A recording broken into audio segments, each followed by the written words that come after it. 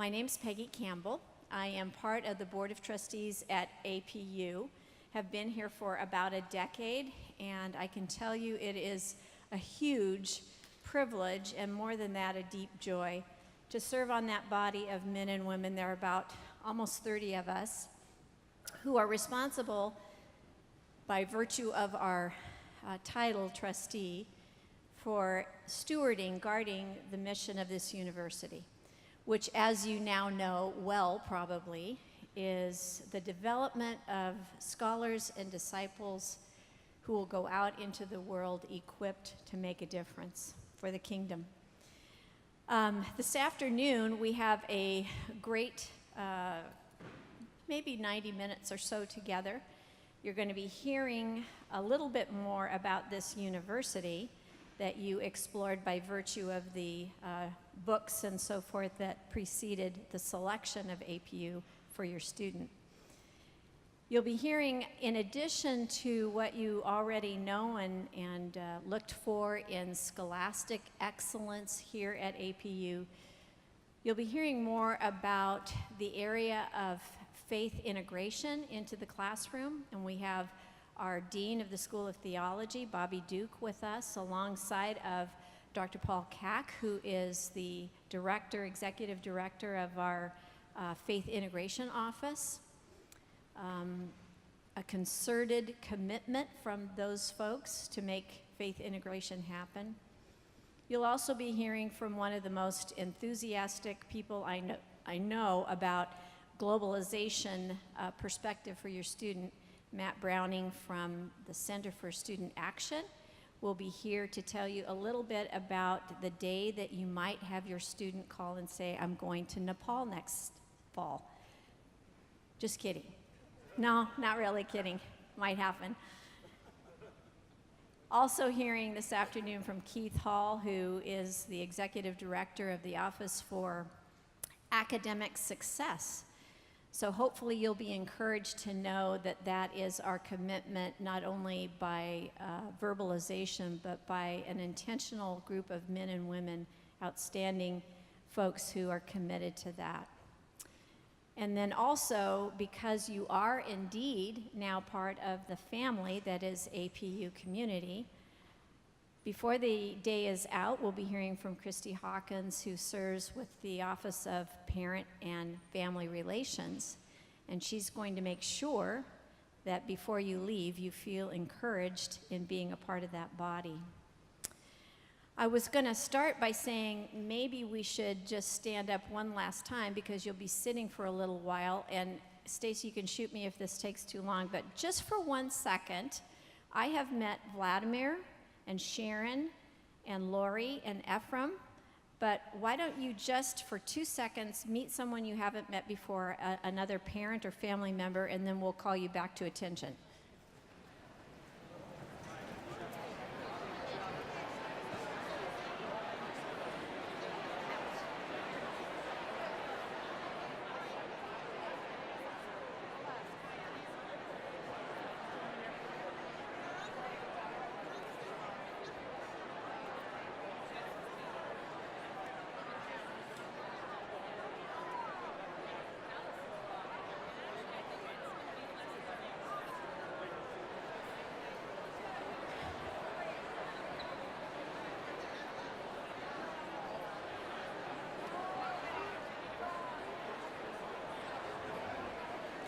Yeah, that was a dangerous thing to do, wasn't it?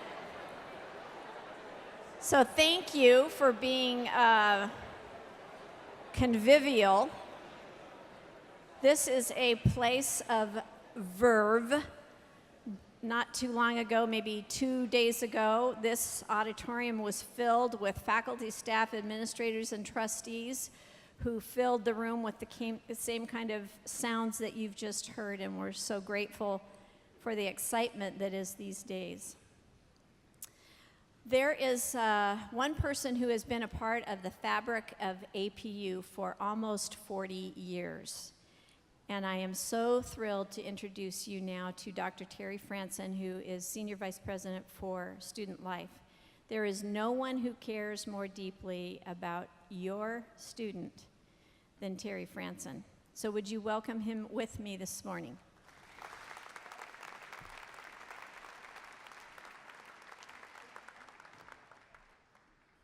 I'm the guy with the bad voice, but it's good to be back up here again. The woman that just exited the stage is the chair of the Board of Trustees, which you found out about. That's just the surface. The backstory of this lady is huge. Whether she's teaching class on campus, whether she is mentoring or discipling, whether she's praying for my family about all kinds of different individual things. And I met a student in here that sat with a student's family that sat with her at the trustee banquet. And you guys were talking to me, I think, yesterday. I've met so many of you, and I'm telling you, I can't meet enough of you. But in the conversation, Peggy said if the daughter didn't get back to her, she's going to be really disappointed. She will be. So whoever you are, make sure you get back to Peggy. But she represents the highest level of care for this university. She also has led an initiative with our Board of Trustees where as we recruit new board members, we're asking them to disciple a student.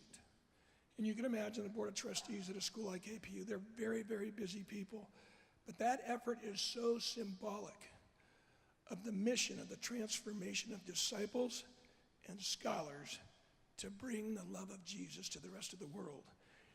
And there has never been a time like today in our world where we as Christians, oftentimes we've been sitting on our hands. Those days need to be over. We have the gospel. It is time to advance it. And your sons and daughters are at a place where this is just not lip service. This is absolutely in our DNA. And this in my 40th year, there will never be another year like it. I mean, we are building. There's a spiritual tide rising, and it is so exciting. Another backstory, Zach, the musician that you heard earlier this morning, that happened to be in a D group that I had. In that D group was also a guy by the name of Brian Clay. Went on to win silver medal in Greece, then the gold medal in the decathlon in Beijing. Yeah, in Beijing. Zach and the rest of the D group, when he went to the Olympics in 2008 and 4 in Athens, all of those guys raised money, and they went to Greece with him. They rented a house nearby, and every morning they would get up and pray with him before the Olympic Games came and then through the Olympic Games. That's the kind of thing that goes on here. There are so many backstories.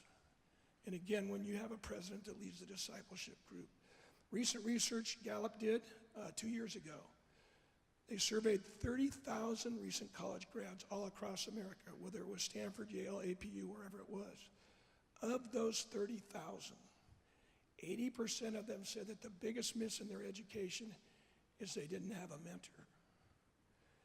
Your son and daughter has come to a place where we don't hire somebody who is not willing to have sacred encounters with them, whether it's 15 minutes, an hour, longer, whatever else. This is who we are.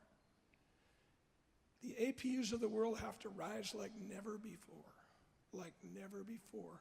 When we have the leadership of a board who is willing to walk alongside, be at the table with our state legislature in some difficult and challenging conversations, but not go off into a corner in a wall or in a silo, but engage across the table and bring the light and the hope of the mission of APU. We're in great stead. We're in great stead. But like no time in our history, it's time to move forward. And your son or daughter could not be here at a better time. So again, welcome. And you guys are always welcome to come back to chapel. We've got amazing people speaking, homecoming, and you'll hear more and more about those things. But you're part of the family. And we want to hear your concerns too. We want to hear your concerns. Don't be shy about that. I probably passed out 200 business cards and I got another 100 in my pocket. So go ahead and take it, and then I'll just transfer you to Peggy Campbell or John Wallace and we'll get it taken care of. Anyway, thank you and God bless you.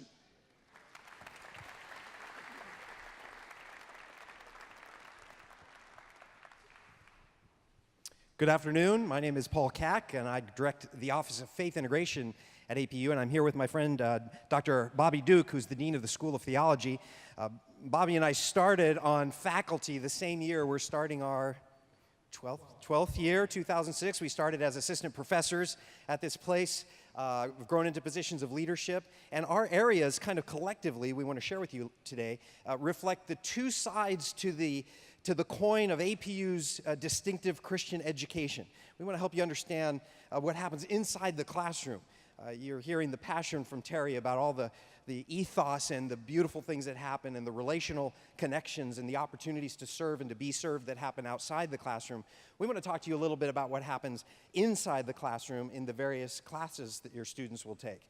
So I think, Bobby, maybe it would help for people to have a sense of our own undergraduate background, because we can then connect that to the APU experience. Sure. I even had an experience this afternoon about an hour and a half ago when I was at my house when a knock came on the door. And a former student who now lives in Germany just happened to show up on our front door. She was in town and expected us to drop everything and just spend some time with her, which we did. But it's those kinds of moments that we love to cultivate here at APU. When I think of the APU experience, it takes me back to my own undergraduate experience where I went to Portland, Oregon. I grew up here in Southern California, so going to Portland, Oregon was fantastic until the end of September when it started raining. And then it just went south from there till about March.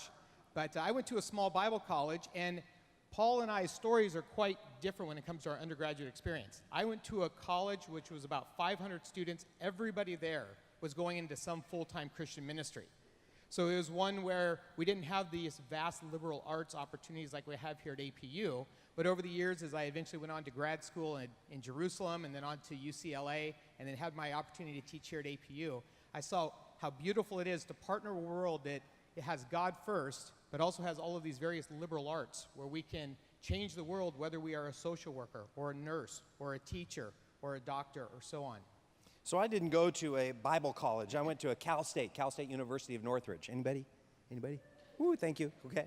And I wanted to make for myself there a Christian education, but it certainly wasn't encouraged. It wasn't built into the expectations of the faculty. I was a speech communication major, so I had a class, for example, in persuasion. We were learning the theories and the techniques that go into being a persuasive speaker.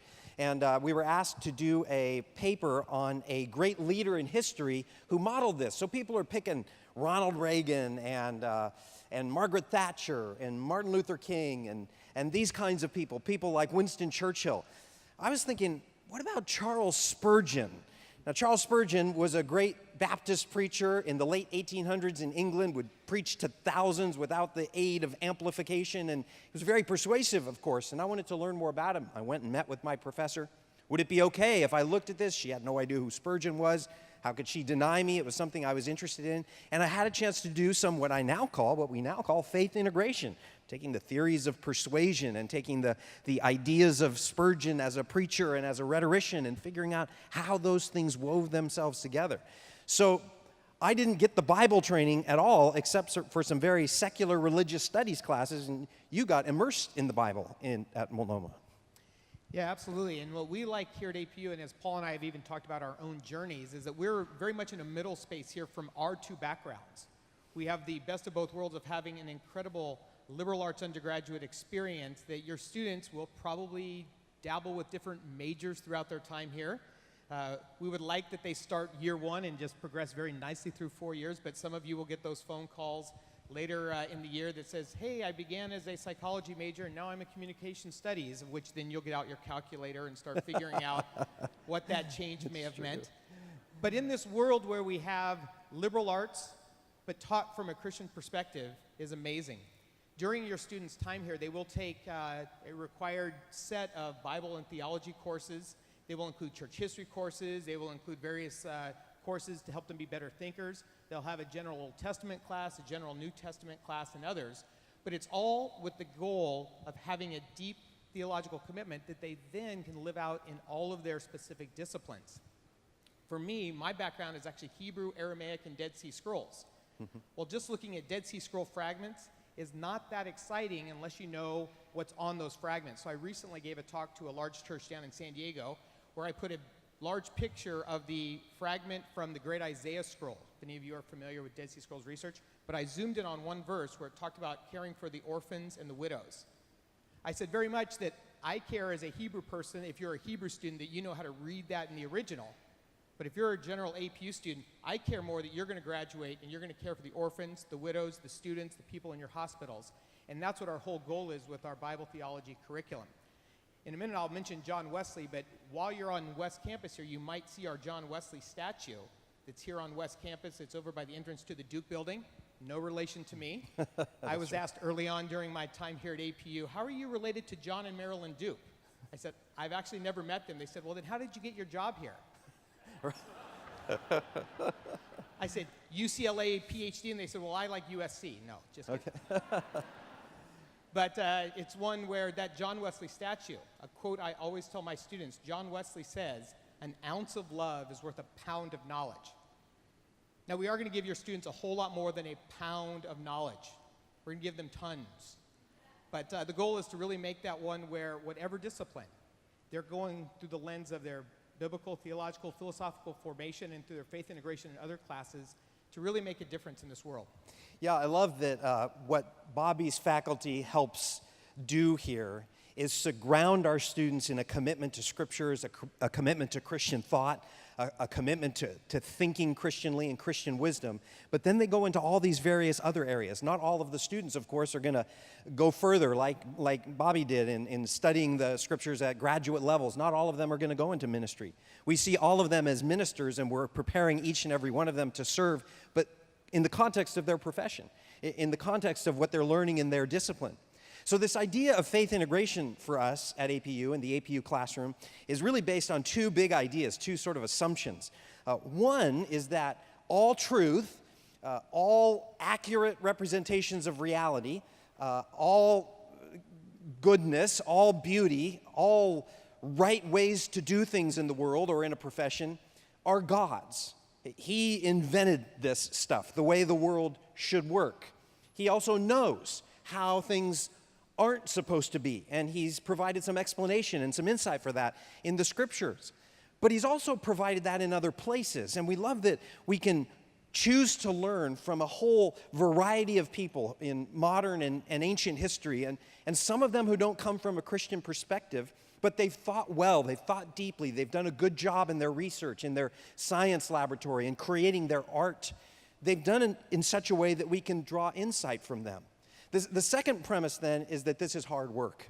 This is one of the great challenges for our faculty who don't, many of them have a Bible degree or a theology background. They're strong Christian people, but we're challenging them to go a little bit further in their ability to think theologically, think biblically, think Christianly about their area. So they're reading more and different things than someone would get at UCLA. They're considering things at another level because of the challenge that we've put before them as faculty.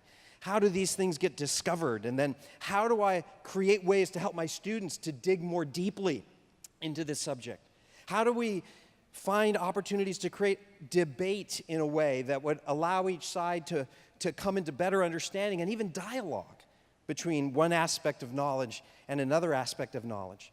So, for example, in one of my classes, I'm a leadership professor, so one of the things I teach is the book called The Prince by Machiavelli. Many of you, I'm sure, have heard of The Prince. It's a dastardly kind of representation of what good leadership is. Well, there's another collection of writings written and collected and provided for us in the Old Testament called Proverbs, which is another collection of wisdom and insight for emerging leaders for the royal community among the Israelites. This was among their texts as leaders who would be trained to lead their nation. Well, what happens when we bring Machiavelli into conversation with the wisdom of Proverbs and allow them to debate and dialogue and discover new things in each other? How can we help our students to see how their faith informs what they're studying, and how can we help them to see how what they're studying can inform and reasonably deepen their understanding of the Christian faith? It's a powerful kind of thing. It's a challenge for our faculty. My job in the Office of Faith Integration, along with my colleagues, is to wander around campus and to provide meaningful ways to serve and support our faculty as they carry out that particular part of their job. Let me give you one other thought, and then, Bobby, I know you'll have some final thoughts. This is a unique time in your student's life, in a person's life. It's unique because no time in a person's life is so so formative than this time. Perhaps no time other than toddlerhood, which wasn't that long ago, was it? As you think about this day that you begin to make this transition, your young person transitions into adulthood. The formative things that are happening between the ages of 17, 18, and 21, 22, 23 are significant. Person is making decisions about what they're going to believe and their convictions and how they're going to look at the world. There's also a significant thing that's happening during this time, and that is that, like no other time in their lives, probably for most people, will they be immersed in study like they are here during the 4 years of college. Theoretically, at least, there's no other time that they'll be immersed in study. That's what we're hoping. They're here for an education. They're here to learn. They're going to go on trips that are going to be transformative. They're going to encounter people that are going to be life-changing for them, those relationships that Terry and Peggy, and you'll hear from Dr. Browning again, talk about.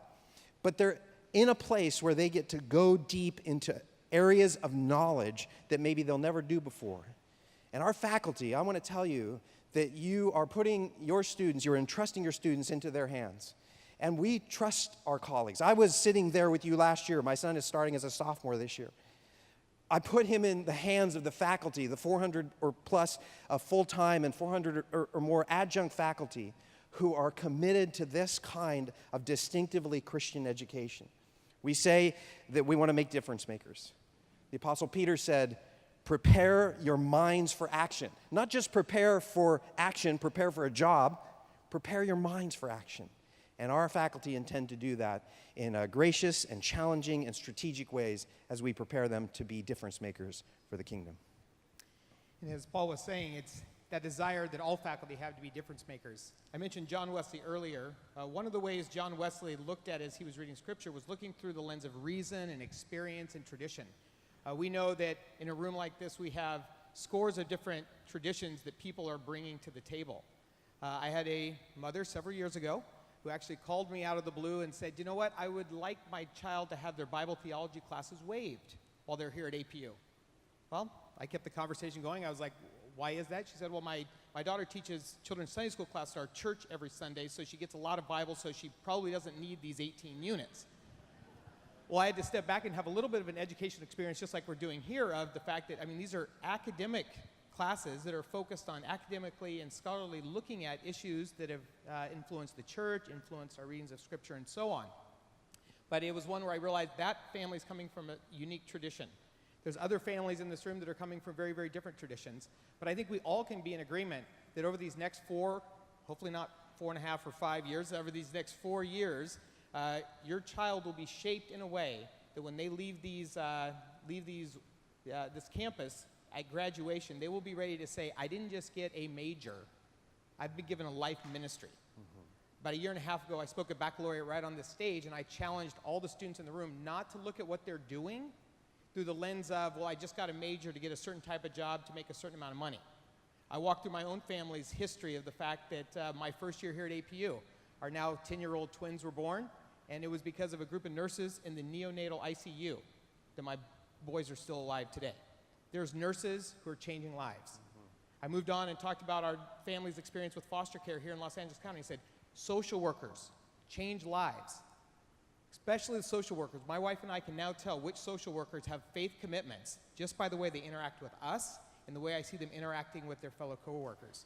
I could go through each discipline, accounting, business, on and on and on. All of these majors come with the possibility to make the world better or not, if they so choose. And that is our goal through our Bible theology curriculum, through all of the faith integration that's happening in all the other classes, is to make it one where these students are leaving changed.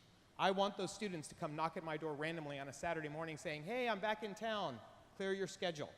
Let me tell you what God's doing in my life. Those are those exciting moments. Education is about dealing with hot topics, right? Difficult, challenging issues. Terry Franson reminded us, today, like no other time in history, perhaps, are we really forced to really grapple deeply with these things. If you have questions that your students come and they say, I'm learning this and we're talking about that and we're struggling with that, and you kind of go, give that faculty member a chance to kind of get through the process. Give those departments a chance to kind of continue the conversation. If you have questions, please contact your faculty members, contact chairs, contact the deans. They want to help process this. But this is a journey that we're on, and one that we believe is transformational. Bobby, would you pray for these families as we think about their students launching? Let's pray.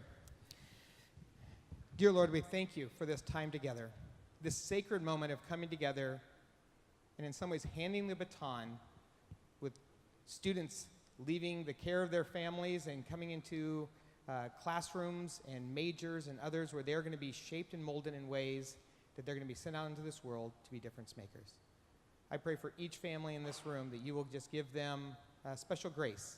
I know these are hard times for some families as this is their first child that maybe is left home or others, but I pray that you will make this a real partnership between families, churches, students, parents, faculty, as we all serve to make difference makers in this world. First, in your name I pray. Amen.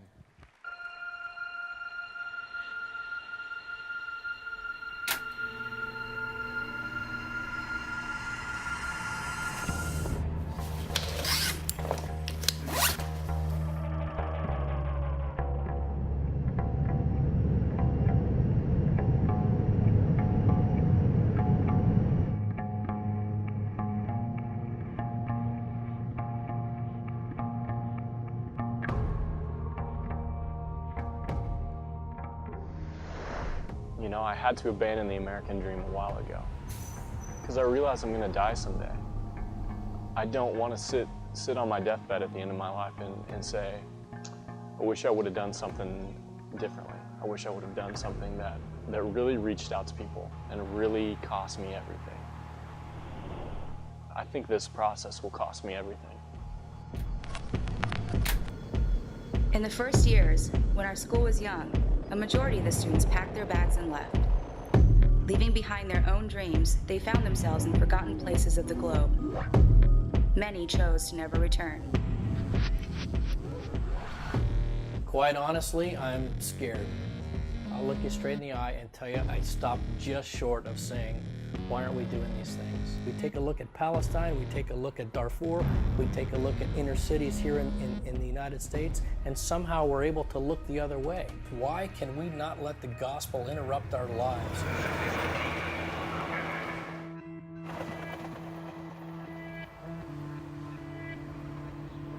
In this life, we get churned into this cycle of seeking after our own dreams and being as successful as possible. What makes sense to my flesh is money. What makes sense to my flesh is power. The human capacity is to want comfort. That's not who God is. That's not who God has asked you and I to be. For me, I'm just trying to see what it looks like. I don't need to be the top of my class. I need to love. The kingdom of God it's amongst all the people that walk the streets. And God isn't flying by, God's walking there with his people. Understanding Jesus is one who suffers with and who journeys alongside, I think, that their pain and their struggle and their hurt becomes yours. Jesus went out and healed people, and there's healing in relationship, there's healing in spending time together. When you see who Jesus spent his time with, it was consistently with people that were on the margins of society. And so where are you going to learn those lessons the best? On the margins of society, with those people. That's how it has to be. And once you get that in yourself, I mean, that's very powerful. Is it easy? No. Today, the Center for Student Action continues the work of mobilizing students to engage the world.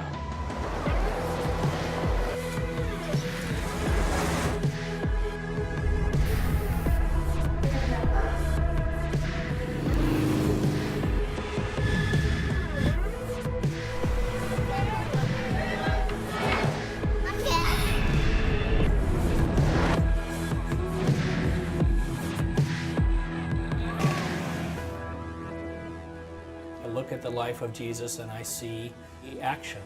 I see a call to a different lifestyle. And I would really want to encourage people to just go and to go see what else is in the world and see where there's a need. I want to figure out how to create a body of students at this university that cannot look the other way. The world revolution.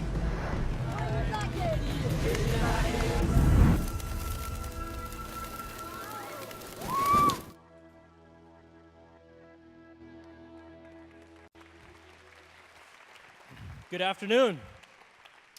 I realize the way the program turned out today that some of you have seen that earlier, and I apologize again that you had to see that mustache. That thing was just horrible. I forgot how bad it was. I about lost my marriage over that mustache. My wife hated that thing, so I apologize for that.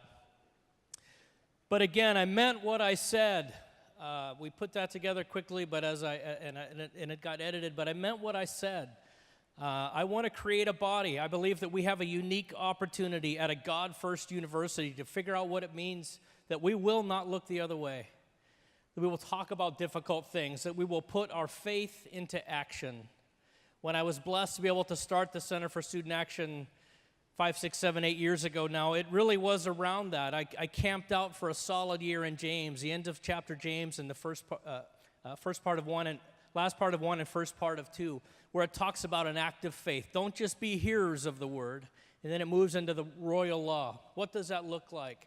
And I began to truly dream out loud and pray to friends and colleagues. What would it look like if we really would be serious about that? What would it look like if this campus and the North American Church and other Christ followers would stop talking and really start acting? I believe that a God-first university has a unique responsibility to do that. I'm going to do my best by the grace of God and a whole lot of people. We're going to challenge your students to stop talking and start acting. We're going to stop arguing over the difference between social justice and evangelism. We're going to stop arguing over the difference between why would I go somewhere around the world, Matt, when there are issues right here. We're going to figure out a way to do both. I just believe we can. I believe we have that responsibility. I believe the gospel calls us to that. And we're going to be serious about that. I put a sign up on campus. Didn't actually get permission at the time, but I'm still here. Put up a sign on campus that says the corner of the Great Command and the Great Commission. My prayer for us as a university, my prayer for your students is that we will learn how to live at the corner of the Great Command and the Great Commission. The Great Command says what? Love your neighbor. I don't care where they're from. I don't care what they look like. I don't care why you don't like them. Love your neighbor. The Great Commission says what? Make sure everybody gets a chance to hear about the hope that you have. If we will live at the corner of the Great Command and the Great Commission, I truly believe that that we would treat each other differently, that this campus, that this world, that our country would look very, very differently. If we start, I'm going to challenge your students to remember this.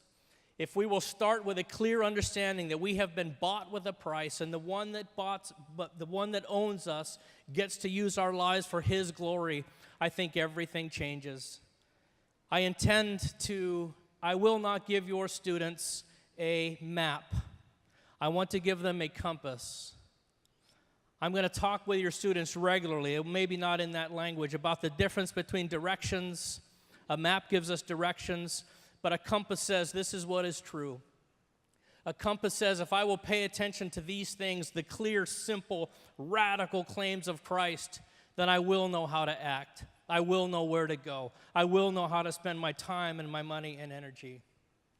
I believe there's a difference, and we're going to talk about that. Here's where you come in. I intend to ask much of your students. We are very serious. You've heard a number of people talk about we're so glad that you're here. You are going to sit at the feet of amazing men and women who will teach your students in the classroom, but we believe that almost anything that they can be involved in really will be their classroom. My prayer, don't get mad at me now, my prayer is that your son or daughter might say, I'm not going to come home for Thanksgiving this year because I'm going to go to Mexico. We have a lot of programs when they come home and say, I'm going to study abroad in South Africa or Ecuador.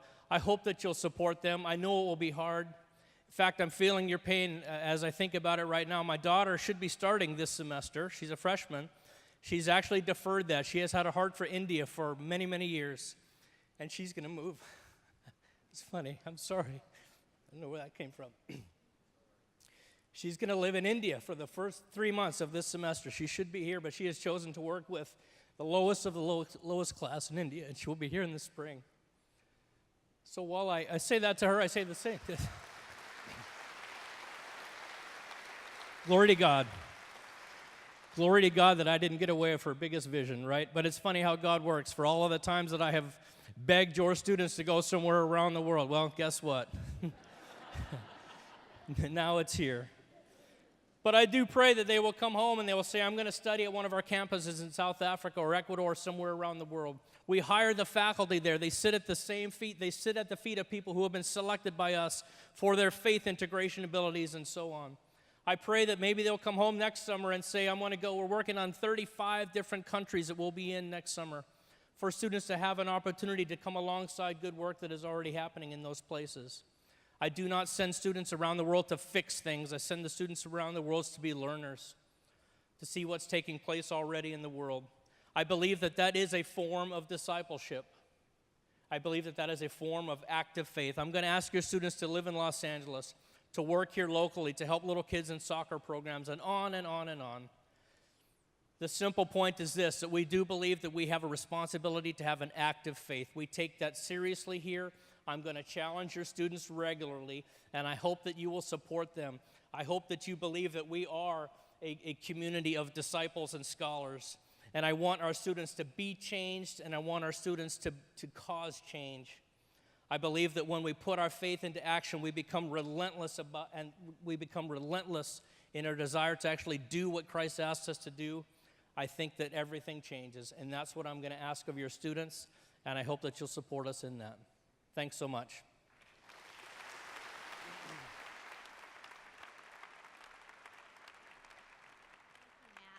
Thank you. Thank you. Don't be sorry you cried. This whole auditorium is filled with crying people, right? Yeah. Wait till tomorrow morning. That's kind of my favorite time. Students are trying not to cry, they're grown-ups, and parents are trying not to cry because then their students will cry. It's very special, yeah. Matt, thank you. Thank you for a text that I received this summer from El Salvador, a picture of a student that I love dearly that's here, and you don't just talk about it, you put feet to it. As we know, with your daughter going off to India, we'll be praying for her. So do you kind of have white knuckles now? A little bit? Well, I'm going to ask just for a moment if perhaps if you are saying, well, if you're sending your first college student off to APU, first child to go to college, would you stand up for a second?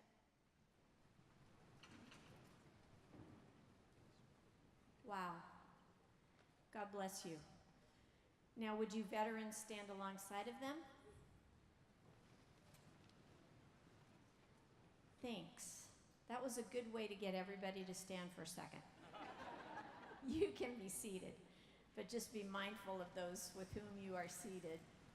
It is now my privilege to kind of introduce you to a classroom, almost. Dr. Keith Hall is head of our Office for Undergraduate Academic Success. And you are about to find out a whole lot more about what your student will experience, but I think he has some good counsel for you too. So thanks for your attention and welcome Dr. Keith Hall.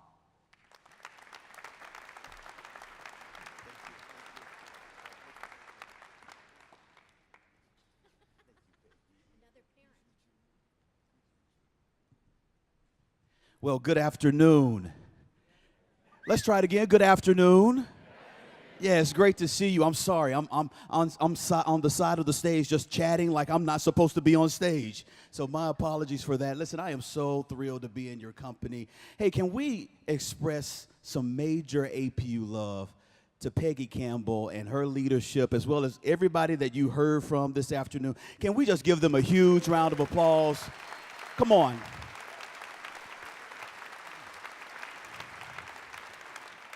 Wow, you know, I am always grateful to be a part of this community, and I think many of you're sensing that the people who work on this campus, that this is not just a job for them, but this is tied to their calling, and the Spirit of the Lord, it really exudes from what they say and how they interact with folks, and I just feel very, very humble to be a member of this learning community. And we're thrilled that you are now a part of this learning community as as well. So as Peggy shared, my name is Denzel Washington. And, I said that one time, and I think it was maybe in Texas, and I was sharing, with the group, and my wife was sitting in the back, and everybody laughed like you did. And I thought, man, that was pretty cool, And some people actually looked at me and said, yeah, you do look like that. And I'm like, you have made my day. You have literally made my day. But after everybody emptied out of the room, my wife came up front and she said, don't ever say that again. Listen, I am very humbled to be in your company. And, man, walking into this space, I thought about the early 90s when my family and we raced out of our home and we jumped into this maroon. It was a horrific van. I mean, like a maroon. And if you have a maroon van, nothing wrong with maroon vans, okay? But we all just gathered into the van, and we were on our way to the college campus. And my family, if you knew anything about them, I grew up in Nashville, Tennessee. Any folks from Nashville, by the way? Anybody from Nashville? Okay, nobody but me, okay? All right. Any of you been to Nashville before? All right, good. Okay, any country music fans in the space? Yeah. Born and raised in Nashville, and I am not a fan of country music. I don't know what happened. Something just didn't translate there. I wouldn't say that if I was in Nashville, but I'm in Southern California, 2,000 miles away. I think it's safe for me to say it. But we jumped into the van, and I remember my brothers and sisters, they're younger than I am, and they were just so happy. You're leaving, we're leaving. More chicken for us, right? And my dad, he was making comments like, I'm going to change your room into a weight room or a new office. And so the only person who was tearful in the van was my mom. And I'm like, these people do not love me, right? Mom, we have a deep connection, and I know I'm a mama's boy, but the rest of these folks, I don't know who they are. And so, the van was packed high with items that we had purchased from Kmart. You guys remember Kmart? Yeah, Kmart. That was big. We didn't go to Walmart, and I don't remember Target or Target back in the day. But I remember Kmart. All the stuff was stacked high. I had my supplies, and there wasn't a formal orientation like this. It was literally like pull up to the curb. Let's take 30 minutes to unload you. And I remember I had on a hideous outfit that day. I was tempted to put up the picture, but then I was thinking, man, they will laugh through the rest of the presentation just reflecting on that image. But once I was situated in the dorm room, and then I turned around and I saw my dad, he started to cry. And my dad is like the stereotypical African-American man. He is strong. He is the patriarch. He's actually a pastor. He's been pastoring for 30 years. And there's only a handful of times that I've actually seen my father cry. And when I saw my dad cry, it dawned on me that, man, this decision that I've made, it's not just impacting me, but it's impacting my family. And this is an adjustment not just for me, but for my parents and my siblings as well. And so as I stand before you, please know that I stand here humbly, and I stand here sensitive to the emotions that you're experiencing. I'm so glad that Peggy had us stand, and all of us, we kind of greeted each other. And I had an opportunity to chat with Vladimir for a little while. And he's like, man, I'm excited, but this is tough too. This is my baby, and I'm entrusting her to you. He didn't say just to me, but to this campus, yes. And man, please know that we deem it as an honor to have your student as a member of our learning community. And how many of you, you're excited, but you're wrestling with the emotions as well? Show of hands, just being transparent. Yeah, I seen it last night too. Last night I'm a people watcher, and And so at the beginning of the kickoff, all of you were enthusiastic. Yeah, I'm so excited. Getting rid of you, yes, right? And then as soon as Stacy came up at the end of the session, she was like, okay, the students, you're going to go this way. And parents, and some of you parents, you went, wait a minute. Wherever my student's going, some of you were asleep the entire kickoff, and then you woke up at that moment. You woke up at that moment. So please know that we are sensitive to that, and we're thrilled that we have the opportunity to walk along with you and even share this space with you during this time. So I'm not going to be long, and I probably shouldn't say that because you've heard so many pastors and preachers say that, and typically that means what?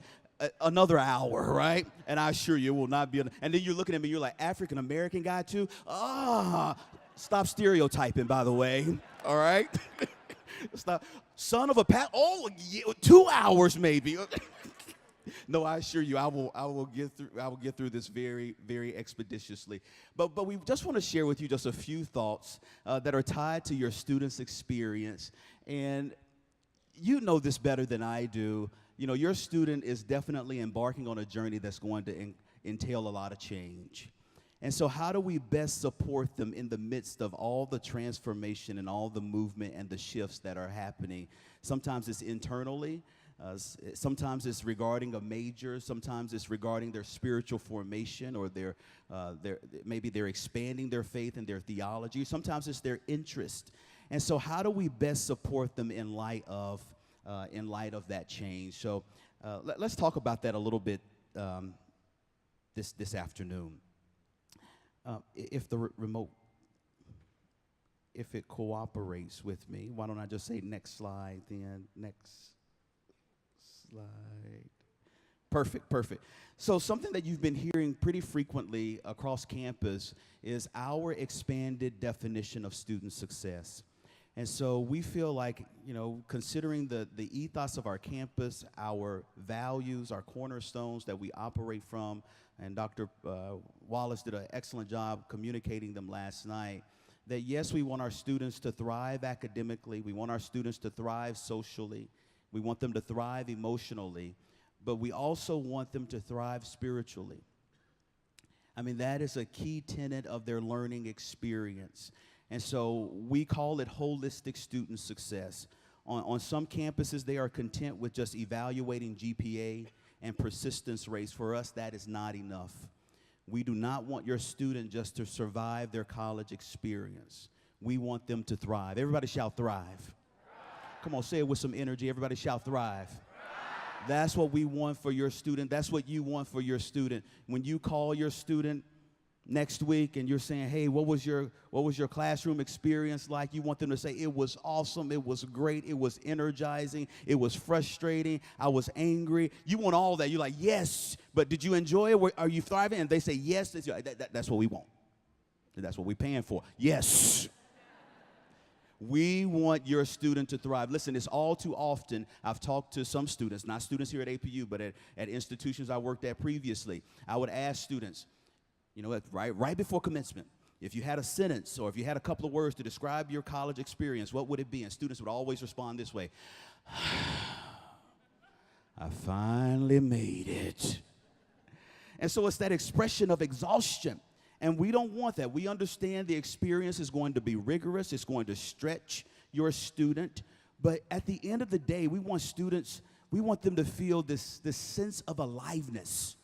We want them to thrive. And so that is at the core of what we're doing and what we communicate with students and how we serve students. Next slide, please. So I thought I would add a little humor. You know that your student is a part of the millennial generation. Some people would class them as the right now generation. Okay, I see a lot of heads nodding like, yes, that is my student. And so there is this, Beloit College, they have this mindset list that kind of highlights the cultural lens that this generation of student operates from. And it kind of reflects on their experience. So I think you'll find these to be humorous. So take a look at this. First, it's very likely that your student has never licked a stamp. How many of you remember licking stamps? Oh man, I remember it. Yes, indeed. But they've literally never licked a stamp. There's always been an adhesive back, right? And a lot of options too in terms of aesthetics. Students, your student, they don't know what life is like without Google. Google. Hey, how many of you remember dial-up internet? Oh, my word. Yeah, some of you still have it, okay? No judgment, but it's time to upgrade. It's time to upgrade. So Google. What about this? Yeah, Wi-Fi entitlement. If you walk into a building and there is no Wi-Fi, that building is not hip enough, right? There has to be free Wi-Fi. And your student, that's their existence. I mean, when they walk into a business or a restaurant, they look to see where's that Wi-Fi connection. If the coffee shop doesn't have free Wi-Fi, I'll pass on your vanilla latte, right? What about this one? Lion King. Our introduction to Lion King was what? A Disney animation movie. For most of your students, Lion King is always perceived as a Broadway show. You know, how things change. I was looking at a few other items on the list. So for many of us in this room, when we hear LBJ, what do we think of? Lyndon B. Johnson. For most of our students, they think LeBron James. Man, how things change. Pretty cool, huh? Pretty cool. So they bring a unique perspective. They bring a unique lens that definitely enriches our community. But with that comes, challenge, because not every student operates from the same lens. And so sometimes there's opportunities for them to learn how to be empathic, learn how to negotiate difference. And that is part of the development that takes place over the course of their next 5 years, all right? 4 years. So what I really would like to share with you is this theoretical framework that was developed by Arthur Chickering, and we'll go through this very quickly. But he highlights some of the developmental milestones that are pretty typical for all college students to go through, over their academic journey. And he calls it a psychosocial framework or construct. And so I think this will be useful for those of you who, if this is your first time and this is your first student, starting college, it gives you a sense of maybe what to look for. Again, this is a theoretical framework, so it doesn't always take into advisement anomalies or unique situations, but it gives us a general idea of some of the change that students will encounter as they build competency to the point of a flourishing identity. So the first vector that Chickering highlights is developing competency intellectually, physically, and interpersonally. So one of my colleagues, he mentioned this. It is not uncommon for students to change their major. And some of you, how many of you had a student that was pretty resolved about their major choice or profession at a young age? Like you remember them at 12 or 13 saying, "Mom and Dad, I want to be this." Okay? So please do not be alarmed if they call you, a month from now or 2 months from now, and that has changed. When we look at research, we know that about 50 to 70% of undergraduate students change their major at least once. That's a pretty significant statistic. Believe it or not, about 30% of undergraduate students change their major 3 times. Okay, so some of you can sit back up, okay? Some of you just kind of melted in your seat. Hopefully that will not be the case for your student. But we know that when students have meaningful conversations with faculty and with peers and other students, sometimes their interests, they shift, and sometimes they gain clarity on a specific profession. But it's important for you to be aware of that. The second vector is managing emotions. So it's learning how to use emotions in a productive manner. How do I use them? If I'm frustrated with a roommate who's staying up late and I'm trying to get sleep, how do I negotiate that difference? Okay? Now, I know that sometimes there's a temptation for maybe parents to say, "Give me that roommate's telephone number. I know exactly how to resolve this," all right? What's that number? No, there's no such thing as texting. I am calling them. And if they screen my call, I will be there in a day or so. Okay, so this is a great opportunity for us to give students the chance to learn how to problem solve, to learn how to negotiate difference. Do they need coaching? Sometimes they do. And that coaching, it needs to come from you. We also have staff. We have, resident assistants that are in the residence halls. We also have resident directors. And so there is a system of support that's available on this campus that helps guide students in dealing with such situations. But Chickering highlights that this is a meaningful time for students to develop what we call personal autonomy, to learn how to think critically, to learn how to problem solve situations that they've never encountered before. And so even as a staff person here at APU, I'm not always quick to provide an answer to students. I like to process with students so that they can land on the answer themselves, because that is a skill set that will translate way beyond the college experience, and it will translate wherever God calls them to serve. And let's face it, a difference maker is not a person who can arrive on easy solutions. Difference makers, they think what? Critically. And so we want to make sure that we allow students to seize those opportunities. Next is developing autonomy, and I alluded to that. Hey, I'll never forget, I was an RA. I actually attended Middle Tennessee State University as an undergrad. And I remember I was in, the name of the dorm was Shart Basement. And right beside my room was the laundry room. And I'll never forget this. I exited my room and I was about to walk to the front desk. And there was a mom washing the clothes of one of the students on my floor. And this was it was a male dorm, like all guys dorm. And she was there just kind of folding his underwear without any. Please don't let that be you.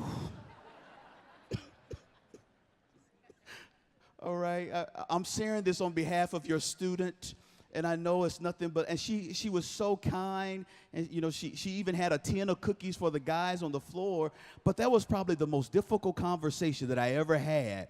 Like, ma'am, your chocolate chip cookies were great. But Jacob, he can wash his own clothes, and I'm pretty good. I can even help him. I can scaffold his training. But we can't have you here folding his underoos. We just can't have that, right? So it is, it is important for them to develop skill and mastery at certain tasks that maybe they haven't done before. And I know most of your students, they're skilled at this already. But for some students, an audience of this size, I would think that there's some students, this will be their first time. So they can figure it out. The next piece is establishing identity. And I don't think we talk about this enough. Man, the world has become more and more diverse. Hey, kind of scan over this audience. I mean, look at the level of diversity that's just reflected in this space. And so I think a big part of being effective in this day and age is first having a clear understanding of our own identity, right? But then it's also being open to engage others with different identities. And it's almost like becoming interculturally competent and not tolerant, right? Sometimes that term just kind of disgusts me, tolerant. But it's the willingness to engage somebody who's different and stay at the table even if I don't agree with them. And that doesn't change my conviction or my beliefs or what I feel called to do and led to do, but still a willingness to be present with that person who's different than I am. And we see that all throughout Scripture, right? We see that. I mean, a classic example is Jesus' parable of the Good Samaritan, or John chapter 4 when Jesus meets with the Samaritan woman. I mean, we have many examples that highlights the value of seeing and serving those who are unlike me. And so your student, they're going to have a lot of opportunity to engage that. Actually, inclusive excellence is a priority. It is a distinctive here at APU. It's something that we value a lot about. But at the core of that is also we want students to land on their spiritual identity. Listen, there's a lot of intersectionality that's tied to my identity. I understand that I'm an African-American man, born and raised in the South. I'm an educator, I'm a father, I'm a son, I'm a brother. But the one piece of identity that I hold on to is that that supersedes all of those identities, that I am a child of God. And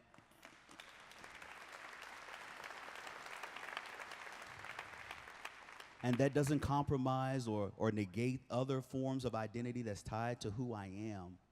But I feel that understanding of my relationship with God, it amplifies the other areas and intersectionalities of my identity. And so we want our students to really land on that as well, that I am redeemed by the Lord, I am a child of God, and that informs my behavior, my thinking, my service, etc. Vector 5 is interpersonal relationships. So cultivating meaningful relationships. We referenced some of this already, negotiating difference, but also this notion of interdependence. You know, how do I value community?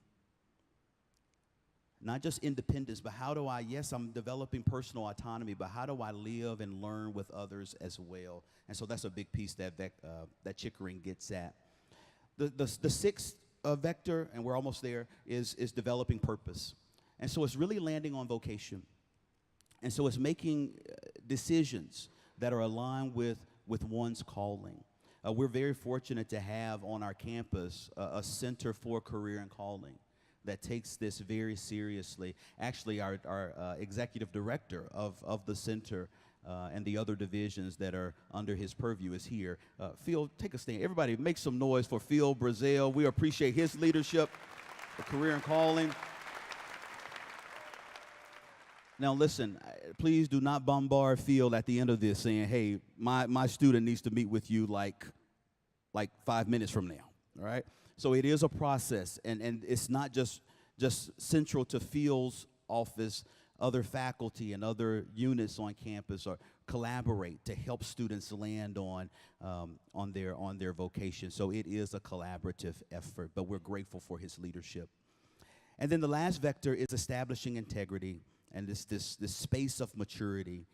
It's where students have the capability to step into uncertainty with confidence, with clarity about who they are, and with a compelling desire to make a difference.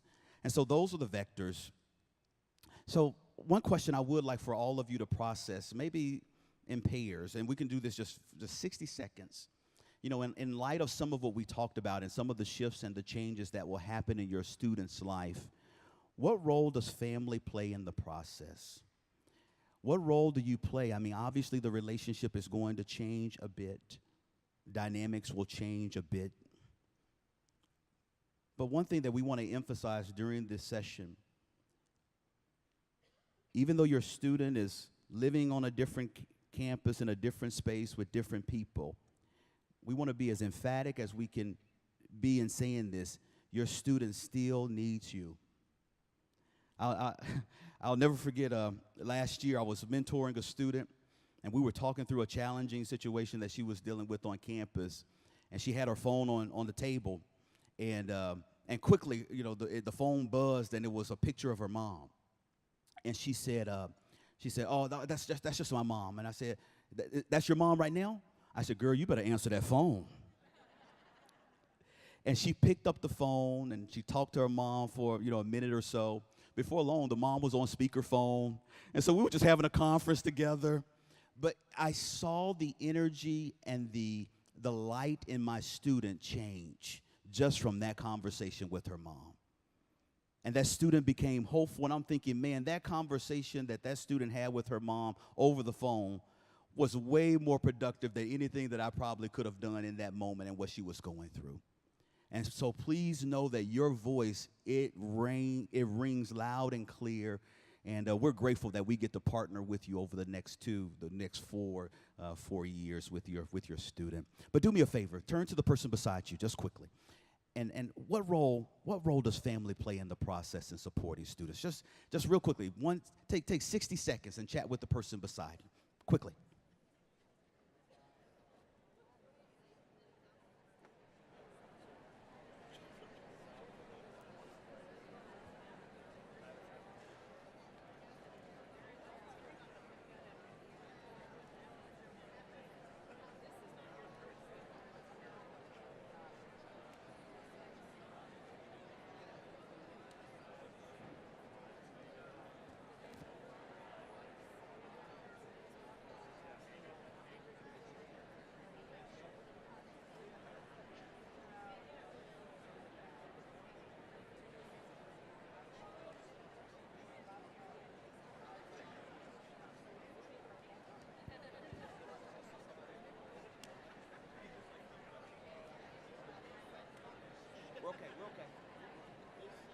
Perfect.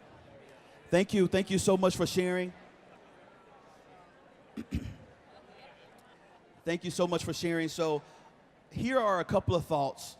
In addition to what you share with the person in your area, here are a couple of thoughts that we gleaned from a few articles, like some research that's been done by Psychology Today. There's a couple of articles that's been published in the Washington Post, and so these are adapted. But maybe these will kind of echo some of what you share with the folks in your area. First of all, stay connected, but give the students space too. All right? Some of you are nodding like you're like, I get that, I get it. But stay connected.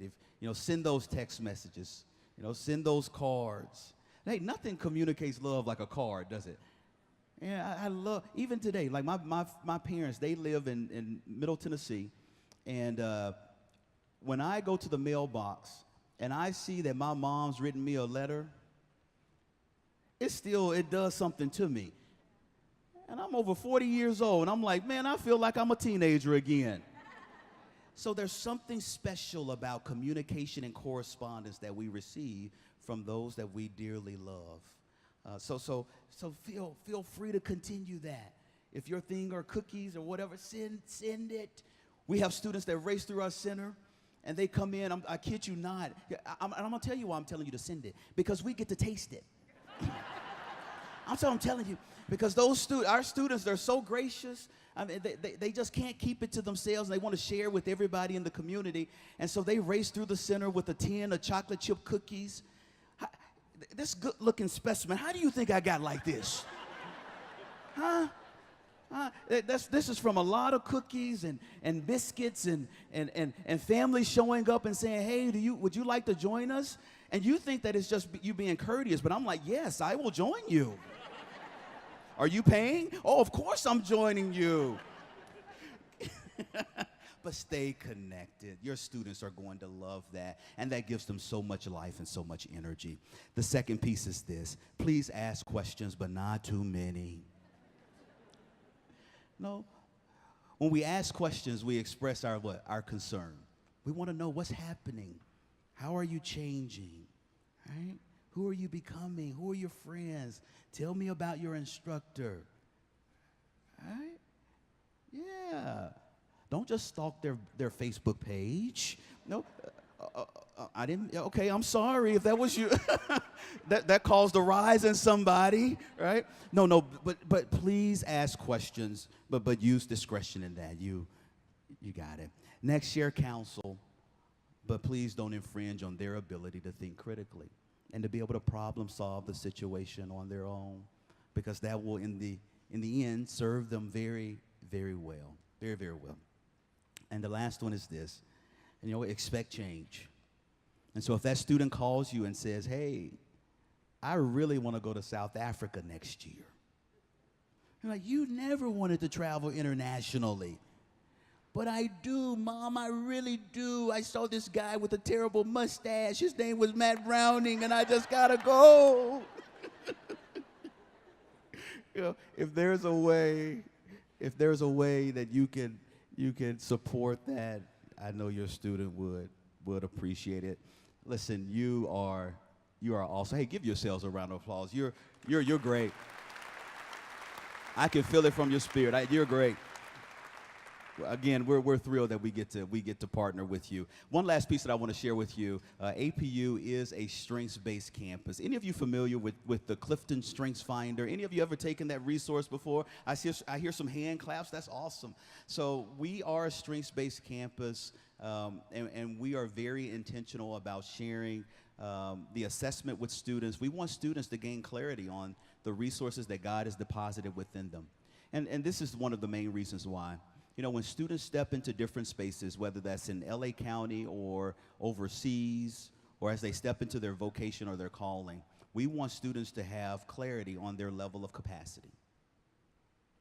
We want them to know that God has given you tools to make a difference.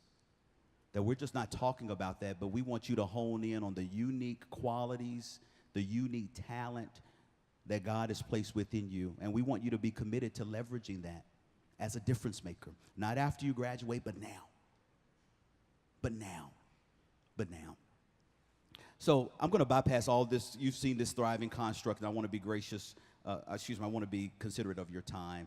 So real quickly, the strengths movement in higher education is attributed to Chip Anderson.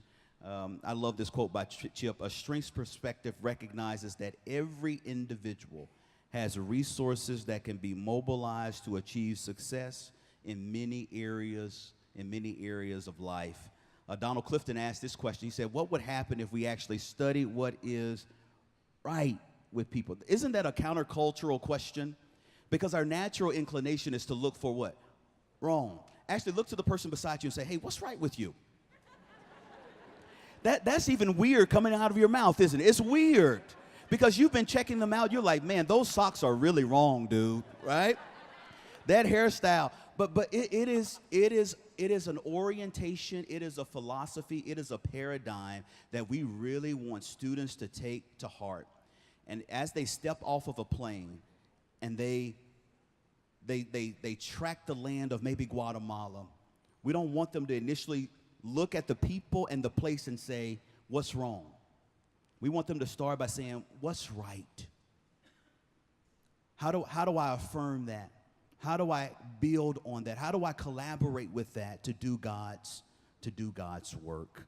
And so your student will be exposed to the strengths philosophy. They've heard about it through orientation.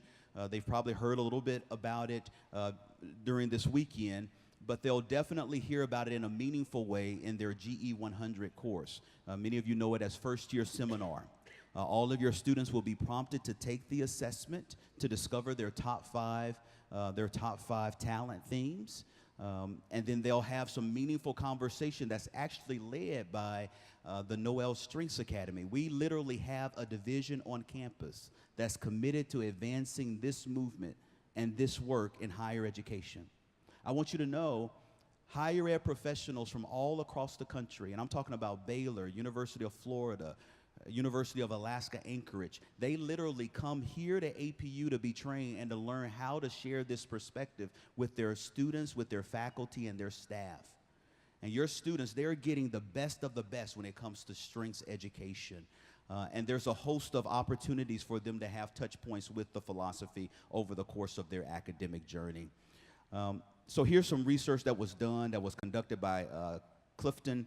He actually he wanted to know what is it that allows high achievers, people who perform at an exceptional level, what allows them to do that? And he studied Olympic athletes and educators and accountants and businessmen and businesswomen. And we're talking about, I think there was literally 430,000 people that participated in the research study. And so here are the dominant themes that emerge. The first one is this: high achievers, they spend most of their time in areas of what? Of strength. Everybody say it. Say strength. Yeah, I'm going to tell you why this is so key. Our strengths they're attached to our affective domain, which is our emotional center. When our strengths are employed, our level of motivation goes up. Hey, how many of you have heard this before from your student? You ask them, hey, why didn't you get that assignment done? You had the time, you had the resources, and they may respond this way: I just didn't feel like doing it, right? Not too many of our APU students, but at other universities, that is the case, Okay? Okay, how many guys in the room, you have a honey to-do list at home? And there are things that you need to do, and you're like, man, I've got the tools to do it. I've got the time to do it. But, man, I'd rather watch college football, right? So when we apply our strengths, motivation level, it tends to go up and engagement level goes up, and we want that for our students. You actually see the other research findings that were there. That figure 250 was actually understated, so it was roughly 430,000 people that participated, and it was coordinated by the Gallup organization. Also, more recent research supports this notion that when students employ their strengths, they tend to be 6 times more likely to be engaged. 6 times more likely to be engaged. So when we talk about talent and strengths with your students, it's not just sharing with them the words, it's also highlighting ways that you can put these resources into action. How do you activate the way that you're wired? There's more research, but you can take a look at that. Your students will be exposed to it. So the Clifton Strengths Finder assessment, it highlights 34 signature themes that descriptively highlight the way that students are wired. And so let me share with you just a few classes. Here are some of the themes that are associated with the instrument. So some of your students may have what we call strategic thinking strengths. Does anybody recognize this guy beside Denzel Washington? Does anybody recognize that guy? What's his name? Malcolm Gladwell.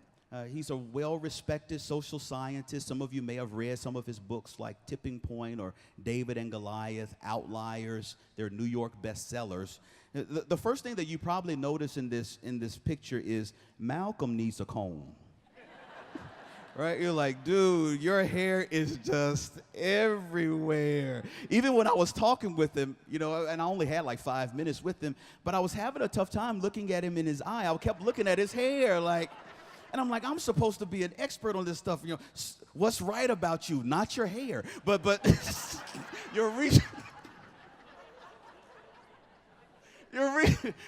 and if your hair is like that in this space, that's fine. Okay, you own it. But your research is great, but dude, let me put some gel or something in that. One thing that we know, though, is, Malcolm Gladwell, if you've ever listened to him during an interview or kind of present to an audience, he is definitely a strategic thinker. Like, he loves to ask the big questions, like why. Some of your students, some of you are already nodding before I even ask the question. They love asking the question. Yeah, some of you like, I have gone through this since they were like 5. That is a strength, right? Because a lot of times deep questions lead to incredible solutions. And some of our students are naturally wired to think about the future. Like some of your students, as soon as they were accepted here at APU, they were already thinking about graduation. Right? That's what moves them. That's what energizes them. And we want them to use that as an asset as a student here, but we also want them to use that as an asset wherever God's calling them to serve. Does anybody recognize this dude? Yeah, Shaquille O'Neal, NBA champion. Now he's a TNT analyst. I was speaking at a conference in Atlanta, and I was working out. Man, I really felt, look at my arms. Don't they look good? I felt good. I mean, I was curling weight, and I kid you not, I felt an arm come across my chest that felt like a log. And I lost my breath. And I turned around, and all I saw was another man's chest. which was a little awkward, right? And I looked up like, hey, what's up, Shaq? And we were chatting, and I can literally say for 15 minutes I was lifting weights with Shaq. One mistake that I did make prior before the fall, right? I tried to lift the same weight that Shaq lifts. And so when I got back to my room that evening, you know how they have the key cards to get, I couldn't even lift my arm to get into, the person in hospitality service is just looking at me and kind of laughing like, what are you doing, right? But one thing that I discovered just from observing Shaq's behavior is that he's relationally oriented. He never met a stranger. He was all over the gym, giving people high fives, hugging people that he didn't know, telling corny jokes. I'm like, Shaq, you're literally like a 13-year-old. This is cool, right? Some of your students, God has blessed them with this remarkable ability to relate with others.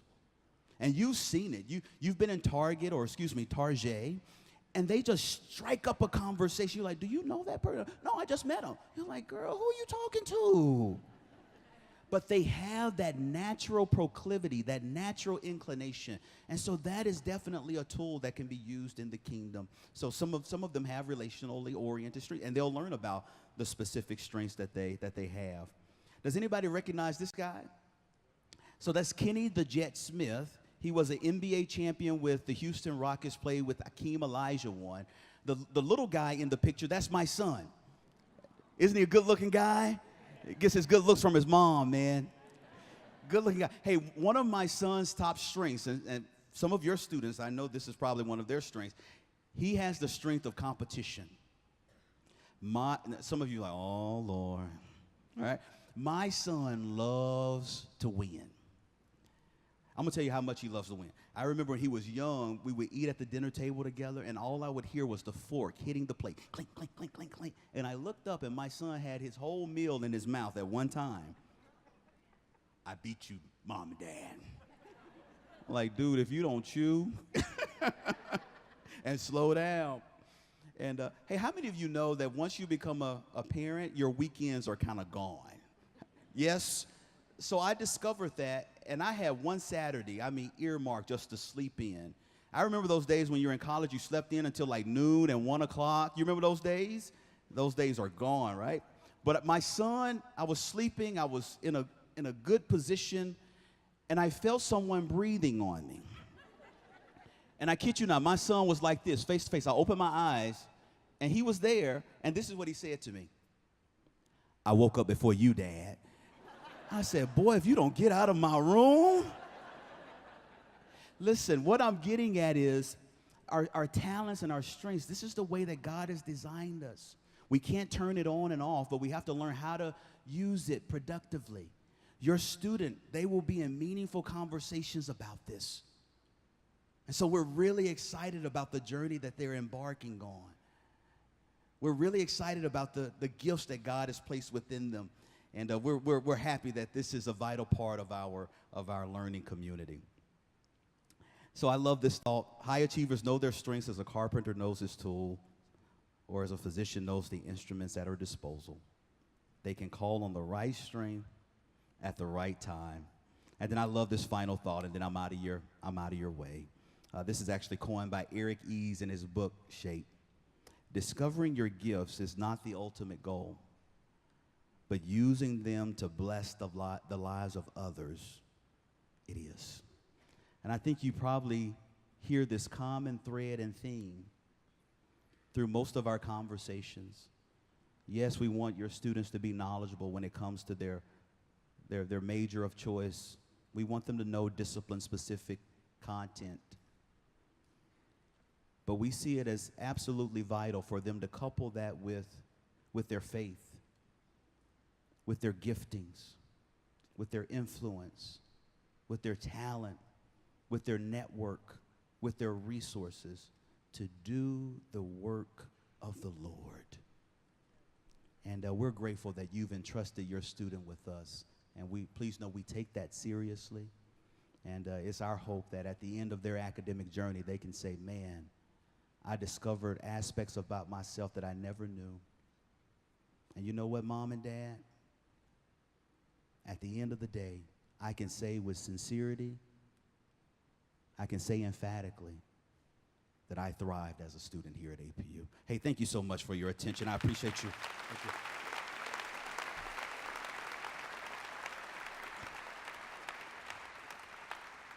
So I get so excited, I forget what I'm supposed to do. So the next person that you will hear from, she is absolutely fantastic. A dear colleague of ours, and I would love for you to give her a huge welcome. This is Christy Hawkins. She serves as the Associate Director of our Parent and Family Relations. You are a part of this community. Can you give Christy Hawkins a huge round of applause? Christy.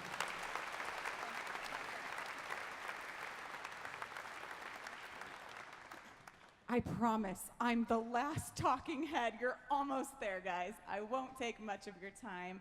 I know it feels like a love fest around here, but it's true. This is authentic. We work together every day as a team to make this place what it is, and I'm just so blessed to also be up here on the stage. I know you've heard it before, but I do work in the Office of Parent and Family Relations, and you've heard a lot about your student. I'm here to talk to you about you. So hopefully yesterday or this morning, you all got a parent welcome packet with the little button in it. It was so fun. If you haven't, we still have a few left outside these doors. So if you haven't received your packet yet, we'd love to get that to you. And everything I'm going to talk to you about right now is in that packet. So if you don't have it with you, that's okay. If you have the packet, you're good to go, all right? The first thing is, this is a large university. You've met a lot of people. You've heard a lot of names. We really want to assist you in navigating this place. So the reason we exist is to serve you and get you involved in healthy ways. And in order to serve you, would you please call us first? I know you've been given lots of business cards and numbers, but we really want to be your operator. About 80% of the questions you have, we've been asked before and we know the answers to.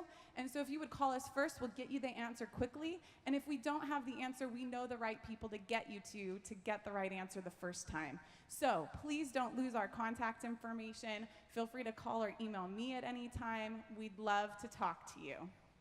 We're also located on East Campus. If you know where McDonald's is and you know where the baseball field is, you can find our little house. And yes, it's appropriate that the Office of Parent and Family Relations is located in a little house.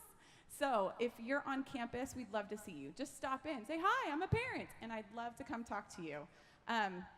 I love that he ended with strengths. My number one strength is woo, which means I don't meet any strangers. I only meet future friends. So I would love to meet you, and I'd love to see you in that office if you're on campus.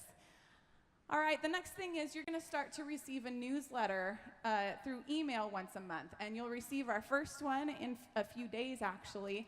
And I know it is another newsletter in your inbox. However, our goal is to get you relevant information about this campus and what's going on around the university. So if you would please click that open and read through it, I promise there will be something that you need in there, and we'd love to have you engage in that way through our newsletter. And then hopefully in your packets you all receive this little card. It's a gift to you from us, and the reason we don't want you to lose it is because you can write your student's mailbox number on it, and you need that mailbox number to mail them those cookies that they're going to share with us, okay?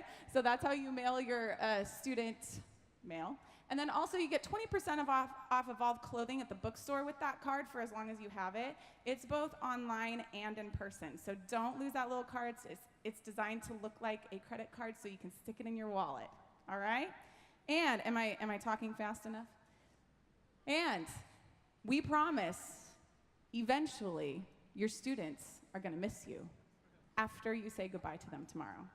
And if you give them the time and space and don't call them every day and let them call you, eventually they'll miss you. Well, lucky for us, Homecoming and Family Weekend is strategically located halfway through the semester, so you can come back to the campus and see them again. So that's our big invitation for you. Once you say goodbye tomorrow and leave, we want you to come back in October. We have a bunch of things planned just for parents. One of which is the golf tournament. Another one we're doing is a family reception Friday afternoon, so you get to meet families from the same area that you're from. Very fun. The next thing I want to mention, we're having a strengths workshop at Homecoming and Family Weekend. So if you are curious about what your students' strengths are, ask them. But if you're curious what your strengths are, we're going to ask you to come back to a free workshop that we're offering. And one of the breakout sessions we're going to offer is how does strengths affect your family? How do strengths affect the way you relate to your student? How do strengths affect how they become an adult and see you as a peer and not a caretaker?